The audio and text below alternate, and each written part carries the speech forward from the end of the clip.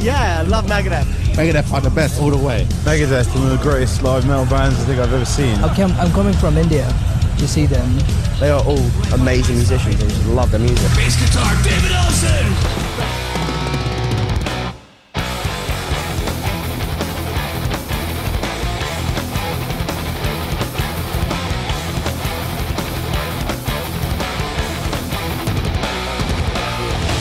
They became titans of speed metal, but while Megadeth was thrashing out music on stage, they were trashing themselves off it.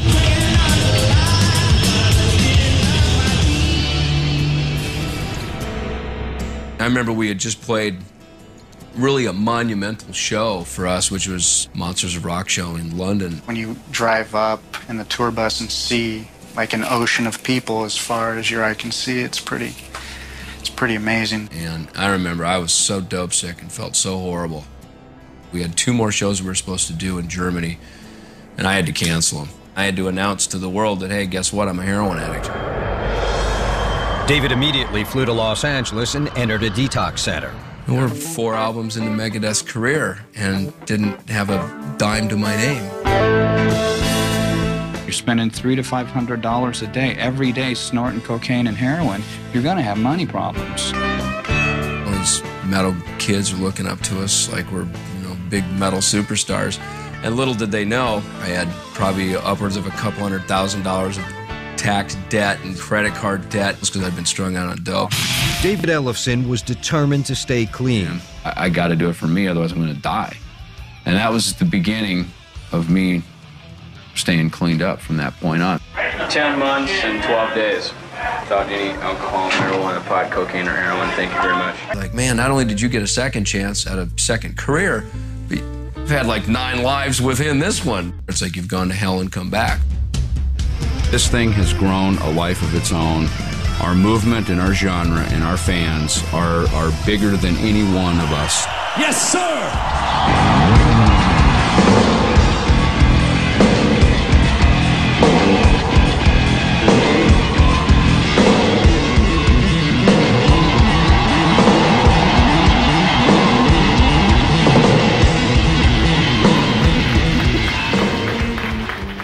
Okay, you ready? Let's give a really nice Berklee welcome to Steve Bailey and Dave Ellefson.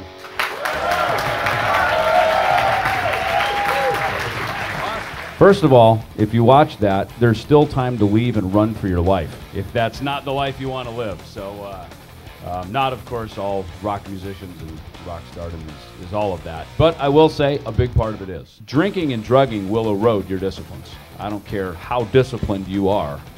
It will erode your very base. And the base for me was the passion for music, the drive to, to have a successful music career. Once I did it, it's like Russian roulette, and you don't know if there's a bullet in the chamber. And when I drank, there was a bullet in the chamber, because it really opened the door for the next 10 years of my life till I got sober at age 25 back in 1990. They say, David, if you want to be great, you should try some of this heroin. And you go, yeah, I mean, think about Charlie Parker, think about Jocko, think about Hendrix. And when you're under the euphoria, you're going, yeah, man, I do want to be great. Yeah, I do want to be on top. All right, I'll do some.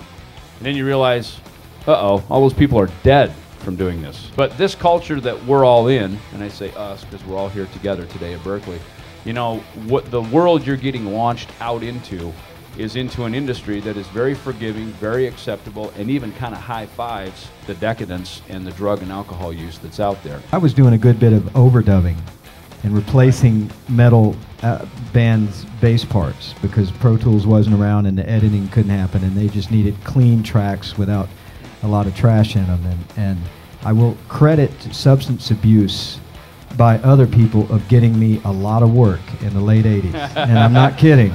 When we record, we do everything to a click track, click track, drums, and then usually play bass after that.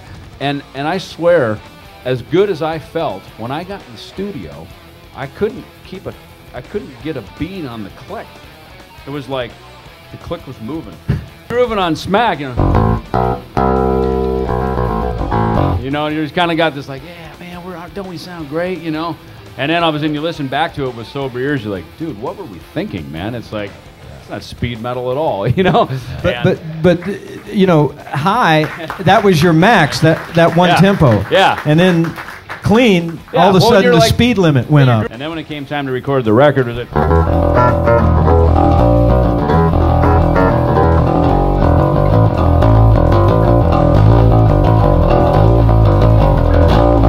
hang on for dear life. And so I guess the lesson is, and I tell my kids this, it's like, look, the best way to not have to stop is don't ever start. You know, and I speak from experience. Of a sober mind, you know, all of a sudden you can really analyze music for what it is.